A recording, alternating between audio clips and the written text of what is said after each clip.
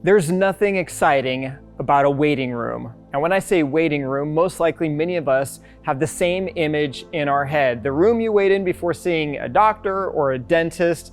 And many of us have the experience of having to wait in a waiting room. Now, I remember when I was in middle school, I was pitching for my summer baseball team when the batter hit a hard line drive right back into my face. It hit me square in the eye. It immediately closed up, got swollen. I couldn't open it. We went straight to the emergency room with this throbbing head, this closed up eye, wondering if my face was broken.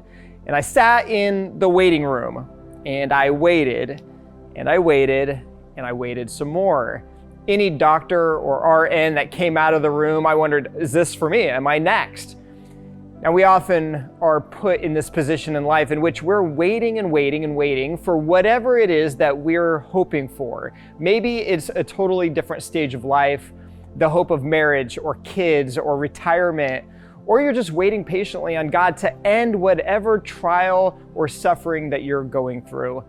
There's no doubt waiting and patience are part of the human existence, but what should our posture be while we wait? Now, I love what the preacher and theologian Charles Spurgeon had to say about this. He said, "If the Lord makes us wait, let us do so with our whole hearts, for blessed are all those that wait for him." He is worth waiting for, and of course, the he in question is Jesus.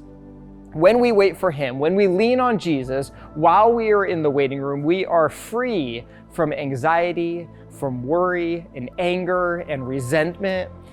See, the book of James has offered so much wisdom as to how we should conduct ourselves while we wait. Chapter 5, verse 12. It might seem a bit out of context when you look at the whole chapter, but it gives us an example of faithfulness while we wait. It simply says this in the Message version. It says, "And since you know that he cares, let your language show it. Don't add words like, 'I swear to God,' to your own word. Don't show your impatience by concocting oaths to hurry up God. Just say yes or no. Just say what is true. That way, your language can't be used against you." See, while in the waiting room, the temptation to compromise our faith, the temptation to be angry with one another, to be impatient with the people we love is all heightened.